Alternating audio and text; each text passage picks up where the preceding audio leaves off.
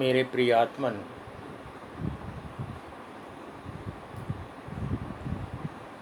कुछ मित्रों ने पूछा है कि ये दंडवत प्रणाम क्या होता है। हम जहाँ भी रामचरितमानस में या किसी दूसरे शास्त्रों में पढ़ते हैं तो वहाँ ये देखते हैं कि गुरु के प्रति, माता पिता के प्रति प्राय लिखा होता कि उन्होंने दंडवत प्रणाम किया। राम महर्षि वाल्मीकि के आश्रम में गए तो दंडवत प्रणाम किया, महर्षि भारद्वाज के आश्रम में गए तो भारद्वाज जी को दंडवत प्रणाम किया। यहाँ तक कि यदि भरत या राम गंगा जी के पास गए तो भी उनको दंडवत प्रणाम किया। प्रश्न है, दंडवत प्रणाम क्या होता है, क्यों किया जाता है। हम आज इस पर थोड़ी सी चर्चा कर लेंगे।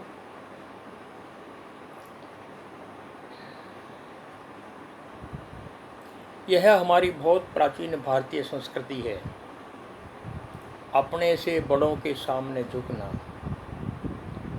विशेष रूप से माता पिता गुरु के चरणों में झुका जाता है, क्योंकि ये तीनों ही सर्व अधिक पूज्य हैं। इनके अतिरिक्त भी यदि कोई बड़ा हो अपने से, जिसके प्रति हमारी श्रद्धा हो, उसको भी दंडवत प्रणाम किया जाता है। क्यों है ऐसा? किसी दूसरी संस्कृतियों में नहीं है, किसी दूसरे धर्मों में ये नहीं है, केवल ये हमारे सनातन धर्म में ऐसा है।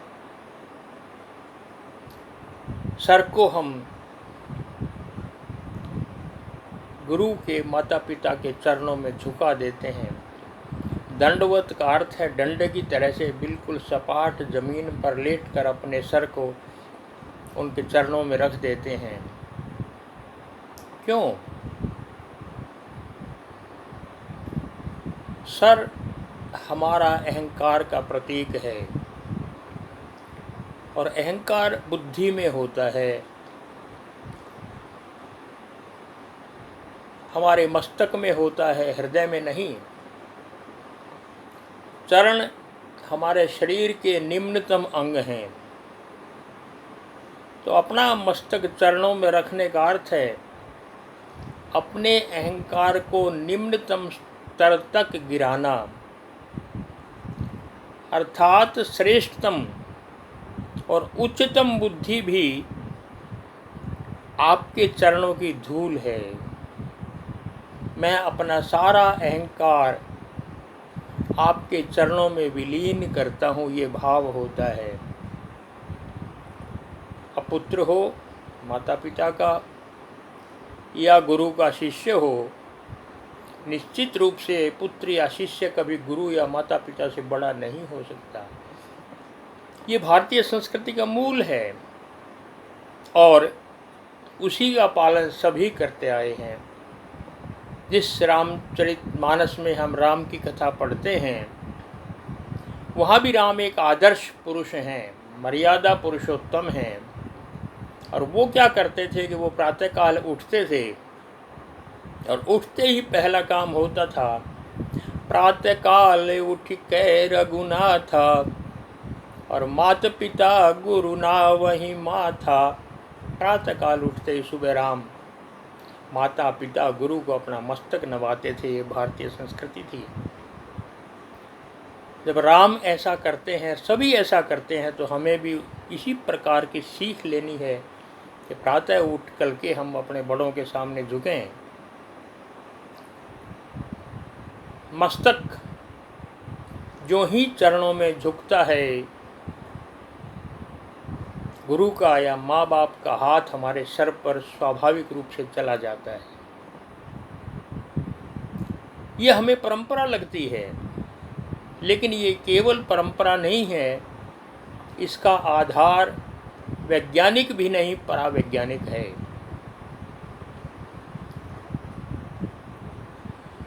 क्यों झुकते हैं हम? ये तो प्रमाणित है कि हमारा शरीर ऊर्जा का भंडार है। हमारे शरीर एक ऊर्जा का है भंडार है, पावर हाउस है। और किसी विशेष भाव दशा में जब भी हम आते हैं तो उस ऊर्जा का उत्सर्जन होता है, वो ऊर्जा बाहर निकलती है हमारे शरीर से।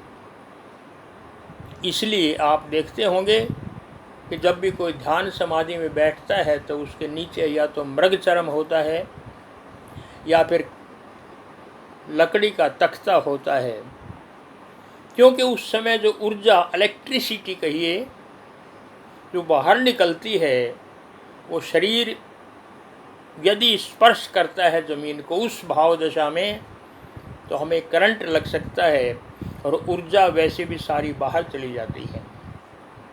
ऊर्जा बाहर ना जाए, ज़मीन में ना जाए, अर्थिंग ना हो जाए उसकी। इसलिए जो भी ऊर्जा निश्रित होती है, बाहर निकलती है, उत्सर्जन होता है उसका, तो नीचे मृगचर्म हो या काठ का तख्त हो, जो इलेक्ट्रिसिटी को, ऊर्जा को, विद्युत को बहने नहीं देता, वो हमारे शरीर में रह जाती है। इसलिए ये लगाया जाता है। ध्यान समाधि की विशेष अवस्था में इसलिए हम प्रयास करते हैं कि जो ऊर्जा अभी पैदा हुई है, उत्सर्जित होने जा रही है उस किसी विशेष भाव दशा में, वो हमारे शरीर में ही रहे। इसलिए इसके कई उपाय किए गए हैं कि आप किस भाव दशा में बैठते हैं। गोलाकार ऊर्जा हमारे शरीर में रहती है जब भी उठती है तो, और उस भाव दशा में जब भी कोई छोटा बड़े के चरणों में झुकता है, वो जो ऊर्जा हमारे शरीर से बहती है वो शरीर के जो नुकीले अंग हैं उनसे बहती है। इसे थोड़ा समझ लेंगे कि हमारी हाथों की उंगलियां या हमारे पैरों की उंगलियां ये नुकीले अंग हैं और इन्हीं से ऊर्जा पहले बाहर निकलती है। इसलिए जब भी कोई भी शिष्य गुरु के चरणों में झुकता है तो पैरों की जो उंगलियां है वहाँ से गुरु की विशेष भाव दशा में ऊर्जा बाहर जाती है और शिष्य के शरीर में चली जाती है। ऐसे ही गुरु के हाथ शिष्य के सर पर चले जाते हैं और हाथों की उंगलियों के द्वारा जो ऊर्जा निकलती है वो भी शरीर के माध्यम से और शिष्य के शरीर में चली जाती है। आश्चर्य होता है कि गुरु अपना सब कुछ दे देता है, शिष्य सब कुछ ले लेता है, ना गुरु का कुछ घटता है और शिष्य बढ़ जाता है, शिष्य भर जाता है। ये एक परावैज्ञानिक तथ्य है कि सब कुछ देने के बाद भी गुरु में कोई कमी नहीं आती, वो पूरा भरा भरा रहता है और इस लेन देन का किसी से कोई संबंध नहीं है, ना किसी को कुछ पता चलता है। गुरु कभी खाली नहीं होता, वो सब कुछ देता है और शिष्य भर जाता है। बस इसमें थोड़ा सा अंतर ये है कि उस लेने देने में दोनों की भाव दशा क्या हो। गुरु की भाव दशा हो, मैं सब कुछ दे रहा हूँ और मैं चाहता हूँ कि मेरा शिष्य मुझसे बड़ा हो, मुझसे ज़्यादा प्रगति करे, और जो मेरे पास है वो सब कुछ लुटा दूँ शिष्य को, जिसको प्यार करता है गुरु। कुछ बचाना नहीं चाहता स्वयं को, चाहे वो कुछ भी ज्ञान हो उसके पास भक्ति हो, उसके पास प्रेम हो, उसके पास कुछ भी हो, जो उसने अर्जित किया है मैं सब लुटा दूँ गुरु को। शिष्य को देता है गुरु और देने के बाद वो रीतता नहीं, खाली नहीं होता, वो फिर भरा का भरा रहता है। शिष्य जो प्राप्त करना चाहता है, जो झुकता है, जो दंडवत गुरु के चरणों में झुक जाता है, उसके लिए 3 शर्तें आवश्यक हैं। पहली शर्त, उसकी अपनी आकांक्षा हो,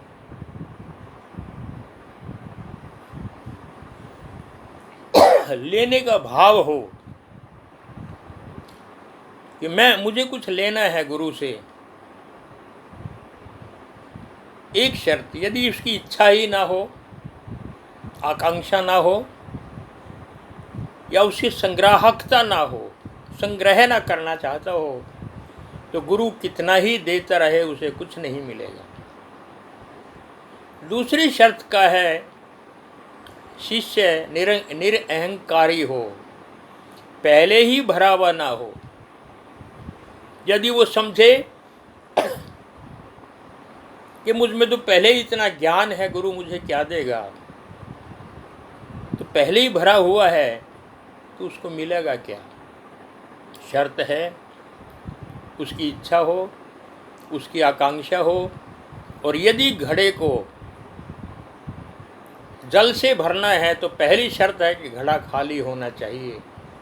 इसलिए पहले आकांक्षा, दूसरी शर्त के घड़ा खाली हो, उसके हृदय का घड़ा खाली हो, वो चाहता हो, अपने आप को रिक्त मानता हो, और तीसरी शर्त है कि घड़े को उस तरफ झुकना चाहिए जहाँ से जल बह रहा है सरिता में। यदि दूसरी तरफ झुकेगा तो एक बूंद पानी घड़े में नहीं आएगा। तो घड़े को झुकना आवश्यक है, घड़े का खाली होना आवश्यक है, और ये इच्छा आवश्यक है घड़ा भरे। जब तीनों शर्तें पूरी होती हैं तो उसमें ऊर्जा स्वाभाविक रूप से बहती है, शिष्य के हृदय में जाती है। यदि वो पहले अहंकार से भरा हुआ है,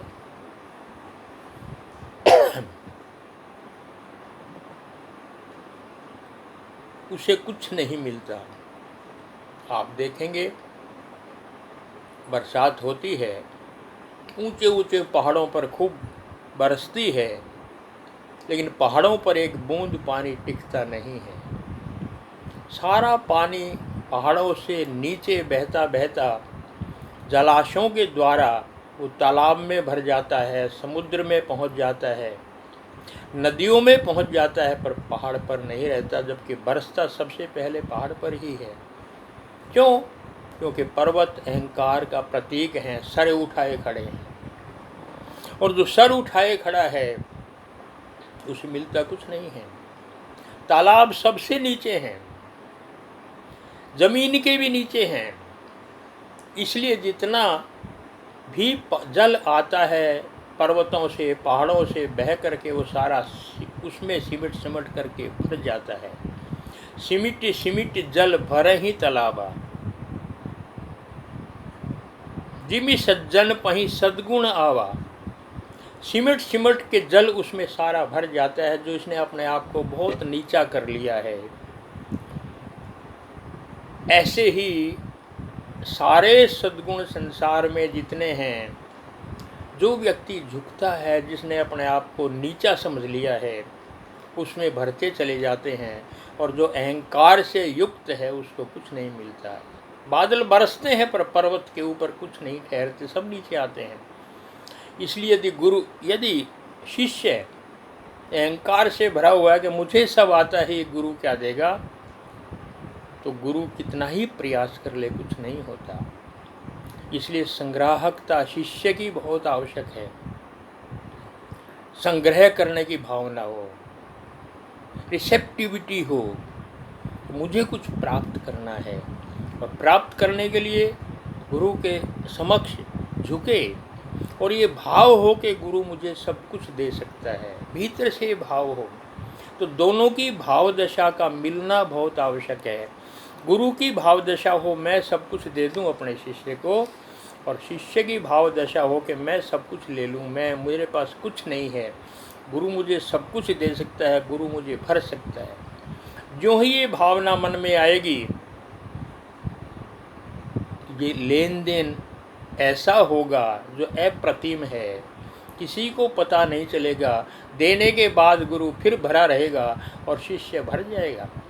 इसलिए हमारे यहाँ दंडवत की प्रणाम की परंपरा है, दंडवत प्रणाम की परंपरा है कि शिष्य झुके गुरु के चरणों में, और गुरु के चरणों में झुकेगा तो जिस भाव दशा का मैं जिक्र कर रहा हूँ, वो उस विशेष भाव दशा में ऊर्जा हमारे शरीर से बहती है, वो शिष्य के शरीर में चली जाती है, वो हाथों की उंगलियों से भी जाती है, पैरों की उंगलियों से भी जाती है। इसलिए चरण स्पर्श करना आवश्यक है और गुरु का सर पर हाथ जाना स्वाभाविक है। आप भारत के किसी गांव में चले जाइएगा, जो ही कोई भी बड़ों के पैरों में झुकता है, उनका हाथ स्वतः ही उसके सर पर चला जाता आशीर्वाद देने के लिए। ये परंपरा है भारतीय, ये हो करता कोई नहीं है, ये स्वयं हो जाता है।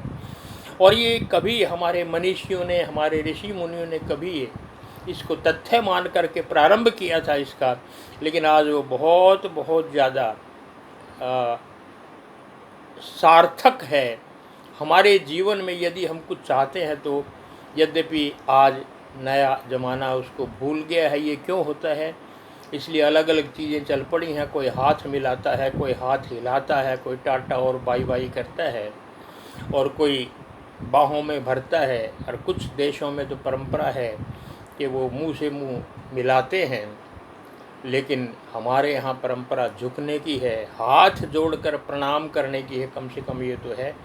यदि हम अपने हाथ ही जोड़कर प्रणाम करते हैं तो भी अपेक्षा है कि मैं अपनी सारी इंद्रियों के द्वारा मैं आपको नमन करता हूँ, ये झुकना है। और दंडवत तो स्वाभाविक रूप से पूरा पूरा है। इसलिए हमारी परंपराएं ऐसे ही नहीं बनी हैं, बिल्कुल वैज्ञानिक हैं, परावैज्ञानिक हैं, आध्यात्मिक रूप से, सामाजिक रूप से सभी तरह से प्रमाणित हो चुकी हैं। इसलिए हम प्रयास करें कि शीश नवहि सुर गुरु द्विज देखी, हमारे यहाँ ऐसा है। जो ही हम किसी देवता को, किसी गुरु को, किसी श्रेष्ठ ब्राह्मण को, किसी भी बड़े को, माता पिता को देखते हैं तो शीश नवहि, हमारा सर झुक जाता है। ये स्वाभाविक है और किया नहीं जाता, हो जाता है। आनंद इसी में है। करना एक कर्म है, लेकिन जो हो जाता है वो तो स्वाभाविक है कि ऐसा है ही। इसलिए शीश नवहि सुर गुरु द्विज देखी, जो ही हम देखते हैं हमारा सर झुक जाता है अपने आप ही। अपने से जो भी श्रेष्ठ हो उसके सामने सहज भाव से हमें झुक ही जाना चाहिए। झुकने वाला ही कुछ प्राप्त कर लेता है। जिसका सर अकड़ से अकड़ा रहता है उसे संसार में किसी से कुछ भी प्राप्त नहीं होता। इसलिए हमारी जो भारतीय परंपरा है, जो प्राचीन परंपरा है, जो सनातन धर्म की मर्यादा है, उसी के अनुसार राम भी प्रातःकाल उठ के रघुनाथा, मात पिता गुरु नावहि माथा, माता पिता को, गुरु को मस्तक नवाते थे। ये हमारी परंपरा है। आज भी हमें इस भारतीय जो प्राचीन परंपरा है उससे हमें लेना चाहिए। और इसलिए इसको समझ लेंगे कि दंडवत प्रणाम का अर्थ क्या है, कि हम डंडे के समान अपने से बड़ों के सामने झुक जाएं। अर्थ है मैं बिल्कुल निरअहंकारी हूँ, मैं कुछ नहीं हूँ और मैं अपना सर्वस्व आपको समर्पित करता हूँ। जो ही हमारा ऐसा झुकने का भाव होगा, अपने से बड़ों का देने का भाव स्वतः ही हो जाएगा। ये क्रिया अपने आप ही होती है, लेना देना होता रहता है और किसी को पता नहीं चलता। दंडवत प्रणाम करने का ये अर्थ है। आइए हम भी इसी परंपरा को अपने जीवन में उतारें। जो ही अपने से श्रेष्ठ कोई भी हो उसके सामने हम झुक जाएं, हमें निश्चित रूप से कुछ न कुछ मिलेगा, मिलता रहेगा और हमें प्राप्त कर लेना चाहिए। आज इतना ही। जय श्री राम।